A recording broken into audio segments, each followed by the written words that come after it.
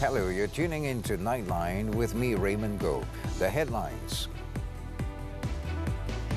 BN to keep its promise to implement manifesto's 3 DPM proposal, says PM.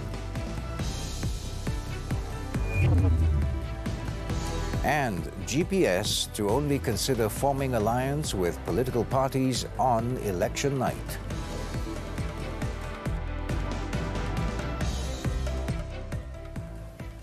Good morning. Datuk Seri Ismail Sabri Yaakob extended his Deepavali greetings to all Hindus in Malaysia celebrating the occasion.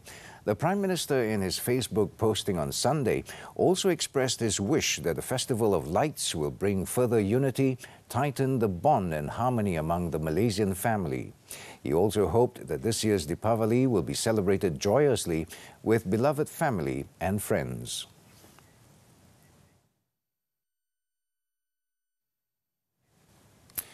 Now on to our headlining story. Prime Minister Datuk Seri Ismail Sabri Yaakob has accepted the proposal of Barisan Nasional BN Chairman Datuk Seri Ahmad Zahid Hamidi for 3 Deputy Prime Ministers or 3 Deputy Prime Minister DPM posts be created to represent Sabah, Sarawak and the Peninsula if BN wins in the upcoming 15th general election GE15. The recommendations that will be included in BN GE15 manifesto aims to ensure that all policies related to the future of the country, including the Malaysia Agreement MA63, can be completed as soon as possible. BN tak guna berbohong dari segi manifesto. Itu penting. Jadi oleh kerana ini merupakan manifesto BN, maka wajib kita akan laksanakan apa yang ditulis di dalam janjikan dalam manifesto. Dan timbalan Perdana Menteri daripada Sabah dan juga He said this at a media conference at the Sabah Zone 3 Blue Wave program involving Kimanis, Papa, Beaufort and Sipitang in Sabah on Sunday. Datuk Seri Zahid, meanwhile, said that it was not impossible for the country to have 3 DPMs from Sabah, Sarawak and the Peninsula respectively. Jika kita dominan untuk membentuk kerajaan di Putrajaya agar ada jawatan seorang timbalan Perdana Menteri yang datang daripada Sabah. Begitu juga untuk Sarawak, mungkin mereka juga akan meminta jawatan seorang timbalan Perdana Menteri daripada Sarawak dan seorang lagi daripada Semenanjung. According to Datuk Seri Zahid, the 3 DPM appointments would also be in line with the spirit of Sabah and Sarawak as the 2 other provinces of Malaysia. On the cooperation forged between BN and Gabungan Rakyat Sabah, GRS, in the state, Datuk Seri Ismail Sabri stressed that it is aimed at ensuring a joint victory in the GE15. He said what matters most is not the number of parliamentary seats contested, but rather how many are won, adding that this could only materialize through strong solidarity between the 2 political partners in the Sabah government. Kita masuk bertanding tujuan satu saja. Nawaitu kita satu saja, iaitu untuk menang di dalam setiap kerusi yang kita pertandingkan. Ini nawaitu kita bertanding dalam pilihan raya. Dalam pilihan raya, yang penting bukan berapa banyak kerusi yang kita bertanding, tetapi berapa banyak kerusi yang boleh kita menang. Datuk Seri Ismail Sabri said while preserving unity with other parties is important, solidarity within BN was also key to ensuring the coalition remains solid. He pointed out that the unity shown by the party's top leadership needs to be emulated by each party member, especially at the grassroots level, to ensure victory regardless of who represents the party in GE15. He added that all efforts such as cooperation, unity and strong leadership were necessary for making BN a dominant party in the government and not too dependent on other parties to remain in power, besides determining the direction of the government. At the event, the Prime Minister also launched the 127 million ringgit Jalan Bukit Manggis Road Upgrade Project in Kimanis and the 4 million ringgit Bonggawan Second Mosque Construction Project. Also present were BN Vice Chairman Dato' Arthur Kurup, who is also Parti Bersatu Rakyat Sabah PBRS Deputy President, BN Secretary General Datuk Sri Zamri Abdul Kadir, BN Treasurer General Datuk Sri Syamuddin Tun Hussein, Sabah BN Chairman Datuk Sri Bong Mokhtar Radin, and GRS Supreme Council Member Datuk Muhammad Arifin Muhammad Ari. Gabungan Parti Sarawak GPS will only consider forming an alliance with potential political parties on election night.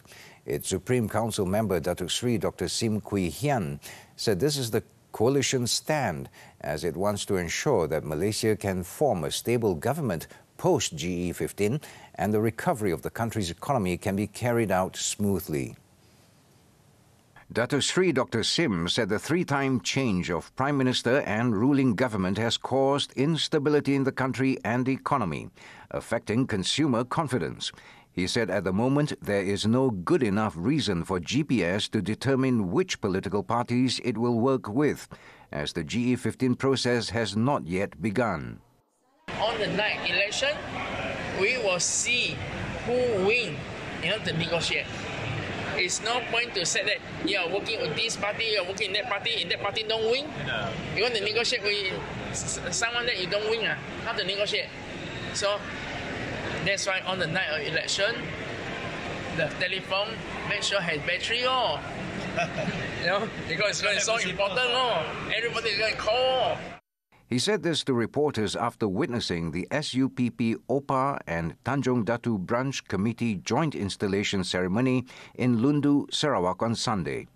He also expressed his hope that the GPS coalition would be able to deliver all 31 seats in the GE15 to send a strong signal to Putrajaya. MIC hopes to be given more than 9 parliamentary seats to contest in the GE15. Its Deputy President, Datuk Sri M. Saravanan, said this was based on the increased support for the party from the Indian community. Datuk Sri Saravanan said the matter has been conveyed to the Barisan Nasional top leadership for consideration. He, however, stressed that BN Chairman Datuk Sri Ahmad Zahid Hamidi was not pressured to fulfill the request. He explained that compared to GE14, the by-elections and state elections, there was a tremendous change in terms of support from the Indian community.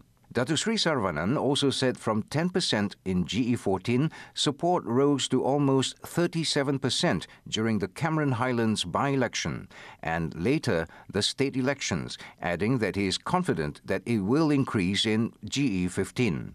At the same time, he said he was prepared to defend the Tapah parliamentary seat, which he has won for the past 3 terms.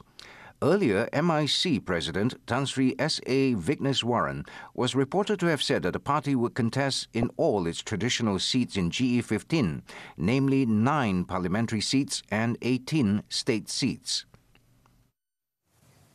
Perikatan Nasional, PN, will not be fielding its candidates in all the 222 parliamentary seats for the upcoming GE15. Its chairman, Tan Sri Muhyiddin Yassin, said instead it will only be contesting in seats deemed sufficient to form a government. Tan Sri Muhyiddin was commenting on recent media reports which stated that PN would contest in all 222 parliamentary seats. He explained that the reports were inaccurate, as the coalition would field its candidates in a number of seats which would enable it to win and at the same time be able to form a government. He, however, declined to confirm the actual number of seats that will be contested. At the moment, PN has 48 seats in Parliament, with 31 seats belonging to Bersatu and 17 from PAS. The coalition's partners also include Gerakan, Parti Solidariti Tanah Airku, STAR, and Sabah Progressive Party, SAPP. Meanwhile, regarding the PN manifesto, Tan Sri Muhyiddin said his party has received a draft that highlights some key aspects related to economic recovery and those affected by the movement control order during the COVID-19 pandemic. Pakatan Harapan, PH, will contest in all 25 parliamentary seats in Sabah in the 15th general election. In making the announcement, its chairman, Datuk Sri Anwar Ibrahim, said the list of candidates will be announced on October 28th. Speaking to the media after attending the PH President's tour in Tawau, Sabah on Sunday, Datuk Sri Anwar, who is also PKR President, said the list will include the number of seats and the list of names of candidates who will contest on the PKR ticket. He also stressed that the Sabah PKR is confident of defending and retaining 3 parliamentary seats, Tawau, Putatan and Ranau. He added that the priority of the voters in the upcoming GE15 is a policy that can help the people as a whole, and as such, it must choose candidates who fight and defend the people's mandate. Jadi walaupun isu-isu Sabah itu diangkat, ahli-ahli parlimen yang berani berucap tegas memperjuangkan nasib rakyat Sabah. Kerana selama ini terlalu kurang yang tuntutannya selain daripada menjerit di bawah di kalangan rakyat. Yang kedua, syarat dia pimpinan yang membicarakan di Sabah seperti juga negeri lain mesti tunjuk rekod mereka yang tidak mengambil kepentingan termasuk balak dan kontrak dari negeri Sabah, tak kira daripada mana parti. Meanwhile, speaking on PH's preparations, Datuk Sri Anwar said certain areas must be given more focus and attention in order to be improved upon in GE15. In the meantime, Malaysian United Democratic Alliance, or MUDA, said seat distribution negotiations between the party and PH for the GE15 is now 70% completed. Its Deputy President, Amira Aisha Abdul Aziz, said the party had asked PH to give them at least 15 seats, with none of the seats involving the incumbents. 70% selesai, kita akan yang penting kita memang tidak ada langsung meminta kerusi incumbent. Kita dengar banyak desas-desus tapi sebenarnya MUDA langsung tak ada minta kerusi incumbent. She said further discussions will be completed in the upcoming meetings, which is set to take place within the next few days. Commenting further, she said the remaining 30% revolves around the overlapping seats and logo, which the party would like to solve as soon as possible. Meanwhile, Amanah Communications Director Khalid Abdul Samad, who represented PH in the discussion, said the coalition views the relationship with MUDA seriously.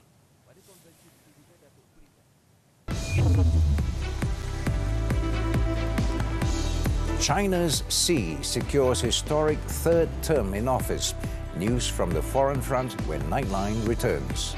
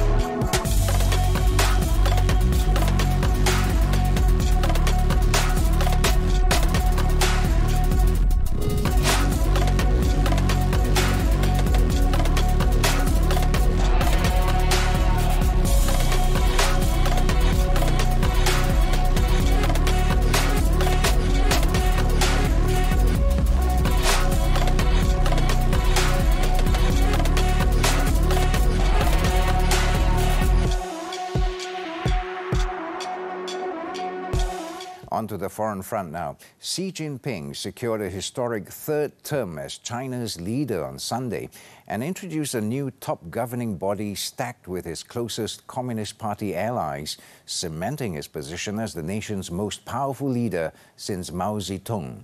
The Central Committee of the Chinese Communist Party, CCP, elected Xi as its General Secretary for another 5-year term, tilting the country decisively back towards one-man rule after decades of power sharing among its elite. The party also named a 7-member Politburo Standing Committee led by Xi and dominated by his allies. The 69-year-old was also reappointed as head of China's Central Military Commission on Sunday. keeping him in charge of the People's Liberation Army. The appointment came after a week-long congress of 2,300 hand-picked party delegates, during which they endorsed Xi's core position in the leadership and approved a sweeping reshuffle that saw former rivals step down. Britain's former Finance Minister Rishi Sunak confirmed he was standing to replace Liz Truss as Prime Minister shortly after departing his West London home on Sunday. He said that he decided to throw his hat into the ring as the country is in a profound economic crisis. Earlier, Sunak and his Conservative rival Boris Johnson held face-to-face talks as the feuding pair who once headed Britain's government were poised to battle for the leadership of their fractured ruling party. It was believed that it is their first in-person discussions in months, following a spectacular falling out after Sunak's July resignation helped trigger the government mutiny that ultimately prompted Johnson's ousting. Sunak has the public backing of 128 Tory lawmakers compared to Johnson in second place with 53 backers.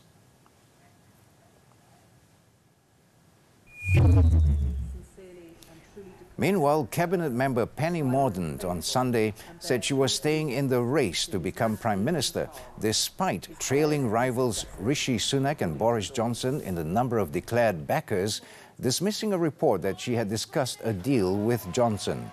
Mordaunt insisted she was in it to win it and was not contemplating how the other camps are organizing themselves.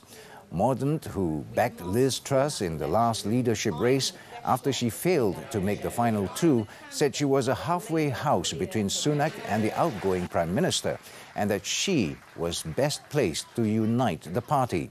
She is the only candidate to officially declare they are in the race but lags behind on support with 23 MPs.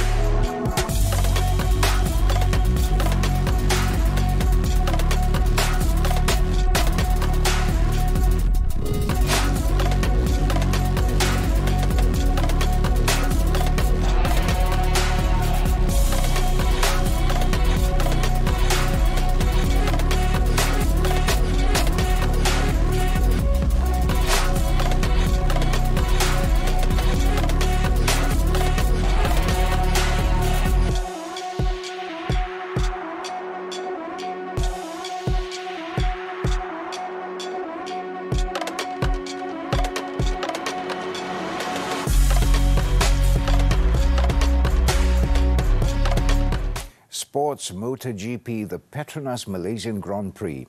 Ducati rider Francesco Bagnaia did enough to stay ahead of fellow Italian rider Enea Bastianini as he inched closer to his first MotoGP world title after claiming the checkered flag at Sepang International Circuit on Sunday. Bagnaia made a rocket start by leaping from the 9th to 2nd spot at the start of the race to snatch the lead after pole sitter Jorge Martin of Spain crashed out on the 7th lap. And from then on, he stayed solid on track to claim the checkered flag and his 7th win of the season in 40 minutes 14.332 seconds. But it was not enough to wrap up the title fight. Bastianini put up a good fight to stay close on Bagnaia's heels to finish second for Ducati in 40 minutes 14.602 seconds. Defending champion Fabio Quartararo of France, who also made a superb start from 12th to 5th, went on to finish third for Monster Yamaha to ensure that the title race will be decided in the last leg at Valencia in 2 weeks' time. But the ball is in Bagnaia's court as only 2 points separate him from the World Championship crown now. The Italian hotshot has 258 points and a 23-point lead over Quartararo. Meanwhile, Italian Tony Arbolino won the Moto2 race as pole sitter Ai Ogura of Japan lost his championship lead after crashing out on the final lap, while British rider John McPhee gave everything through the final corners to come out on top in the Moto3 race, earning his first checkered flag in 2 years. National rider Sharifuddin Azman, competing under a wildcard ticket, just missed out on a point finish when he was placed 16th in the Moto3 race. Turning to football now, the German Bundesliga. First half goals from Jamal Musiala and Eric Maxim Choupo-Moting were enough for Bayern Munich to win 2-0 at Hoffenheim and cut Union Berlin's league lead to a point. Bayern opened the scoring after 18 minutes when Musiala finished off Leon Goretzka's header following a corner kick. A quick counter-attack in the 38th minute led to Bayern's second.